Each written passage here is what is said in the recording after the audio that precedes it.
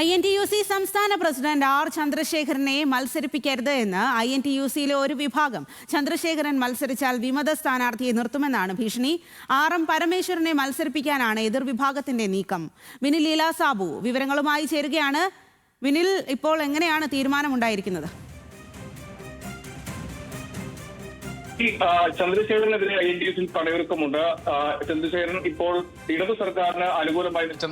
ഇപ്പോൾ ഇടതു സർക്കാരിന് അനുകൂലമായി നിൽക്കുന്ന ആളാണ്. പിണറായി വിജയനെതിരെ ഒന്നും പറയാത്ത ആളാണ് എന്നാണ് ഈ വിഭാഗം പറയുന്നത്. വാർത്താ സമ്മേളനം വിളിച്ചാണ് അവർ ഈ സ്ഥാനാർത്ഥിത്വം പ്രഖ്യാപിച്ചിട്ടുള്ളത്. നിലവിൽ ചന്ദ്രശേഖരനെ മത്സരിപ്പിക്കാൻ ഹൈക്കമാൻഡ് നീക്കം നടത്തുന്നുണ്ട്. അത്തരമൊരു ആവശ്യം ചന്ദ്രശേഖരൻ ഉന്നയിച്ചിരുന്നു. അതിന് പിന്നാലെ അത്തരം സീറ്റ് നൽകാനുള്ള ഒരു തീരുമാനം ആയിട്ടുണ്ട്. ആ മത്സരിക്കുന്ന സീറ്റിൽ പരമേശ്വരൻ, അതായത് INTUCയിലെ മറ്റൊരു പ്രധാനപ്പെട്ട നേതാവാണ്, അദ്ദേഹം മത്സരിക്കുമെന്നാണ് ഈ വാർത്താ സമ്മേളനത്തിൽ അറിയിച്ചത്. അതിന് കാരണമായി ചൂണ്ടിക്കാട്ടുന്നത് INTUCക്ക് ഒരു സംസ്ഥാന കമ്മിറ്റി ഓഫീസ് നിർമ്മിക്കാൻ സ്ഥലം വാങ്ങിയിരുന്നു, അവിടെ കെട്ടിടം നിർമ്മിക്കുകയും ചെയ്തു.